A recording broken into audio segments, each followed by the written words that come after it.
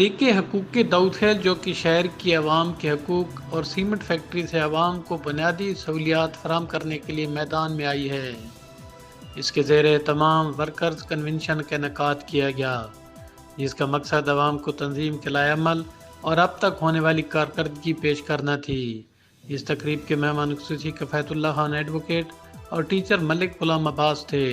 جنہوں نے اپنے اپنے خطاب میں تنظیم کی کارکردگی کو سراہا اور کہا کہ ان کا یہ مشن فیکٹری انتظامیہ سے شہر کے حقوق کے لیے اچھا اقدام ہے،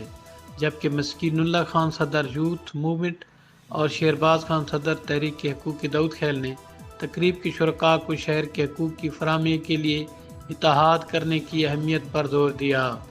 اور اب تک کی کارکردگی بارے بتایا۔ معزز حاضرین، میں سال 1975 میں تربیرا ڈیم گیا تھا، تو بڑا مقصد ہوتا ہے، اس کے لیے تگ و دو کرنا پڑتی ہے، محنت کرنا پڑتی ہے، نہ کہ گھر بیٹھے فیس بک پر آپ اپنے مقصد حاصل کر سکتے ہیں۔ خرچ کیے، آلودگی،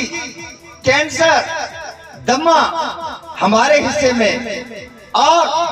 جو فیسلٹیز ہیں وہ میاں والی شہر کو دی جا رہی ہیں۔ سارے نال ہو رہی ہیں ڈیلی ویجز یا پرماننٹ یہ ہون ہفتے بیچارے موجود ہیں لوگ، لیکن انہوں کو کیتے نہیں وینا پہ کتنا عرصہ ہو گیا ہے، 18 سال، کوئی 22 سال، کوئی 15 سال، تو یہ سراسر زیادتی ہے۔ ایسا انشاءاللہ تعالیٰ انہوں نے معاملے جیرے معاملات ہیں، مسائل ہیں، انہوں کو ہائی لائٹ کرساں اور کوشش کرساں انہوں نے مسائل نہ بہتر حل نکلے۔ جو سی ایس آر فنڈ ہے اس کی بات ہوگی، اس کے بعد جو ہمارا ایک لیبر کے جو فنڈ ہوتا ہے یہ گورنمنٹ کو جمع کراتے ہیں، اس کو بھی